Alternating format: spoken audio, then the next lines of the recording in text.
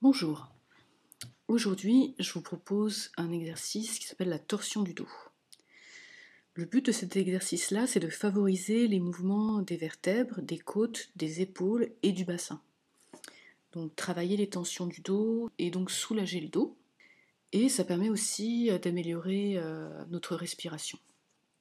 Un petit avertissement avant de commencer, si vous avez de la douleur pendant l'exercice, essayez de faire des mouvements moins amples et aussi de diminuer la fréquence. Si vous avez toujours de la douleur, arrêtez l'exercice. La torsion du dos se fait coucher sur le dos. Vous pouvez vous placer sur un matelas de sol ou sur votre lit. La position de base, c'est les genoux pliés et vous collez vos genoux et vos pieds ensemble. Pour ce qui est de l'angulation des genoux pliés, allez-y avec votre confort. Pour ce qui est des bras, je vais vous demander de saisir en fait avec votre main gauche votre coude droit et avec votre main droite d'empaumer votre coude gauche. Vous amenez vos bras à 90 degrés avec votre corps. Si vous n'êtes pas sûr d'avoir une angulation à 90 degrés, vous essayez, vous testez pour voir ce qui vous paraît le plus proche de 90 degrés. En fait, c'est souvent plus confortable, ça demande moins d'effort de le garder à 90 degrés qu'à une angulation un peu plus grande ou un peu plus petite que 90 degrés. Donc vous pouvez aussi tester avec votre confort. Pour ce qui est de l'action, en gardant la tête droite, amenez vos genoux vers la droite, comme si vous les laissiez tomber vers le sol, mais en contrôlant le mouvement. En même temps, amenez vos coudes vers la gauche et alternez les mouvements. Quand vous êtes à l'aise avec ces mouvements-là, vous ajoutez la respiration. Donc inspirez, amenez vos genoux et coudes à l'inverse, expirez et revenez au centre. Faites attention, on a souvent tendance à amener la tête du même côté que nos bras. Donc c'est vraiment important qu'elle reste fixe au début.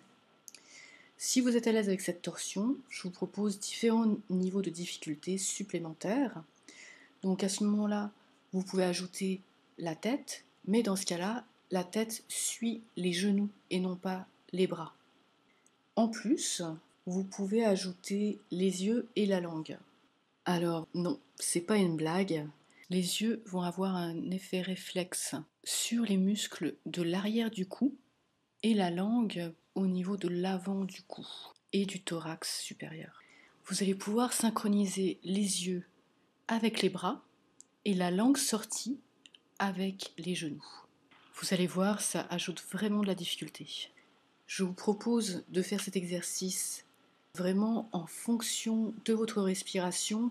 Donc vraiment ne forcez pas l'exercice, vous ne devez pas aller au maximum, c'est pas ça le but, c'est vraiment de favoriser le mouvement en fait des différentes parties et de dissocier vos épaules de votre bassin. Donc on n'est pas à forcer au maximum, c'est vraiment plus de faciliter la mobilité des différentes articulations. Donc vraiment ne pas forcer et puis de le faire 10 à 20 fois par jour. On a tendance à créer beaucoup de tension dans le dos avec le fait qu'on soit assis beaucoup. Donc cet exercice-là va permettre de travailler toutes les tensions du dos, des épaules jusqu'au bassin. Et donc c'est vraiment idéal de relâcher ces tensions-là pour venir renforcer après ces muscles-là. Si ce n'est pas clair, n'hésitez pas à poser des questions. Je vous souhaite une bonne journée.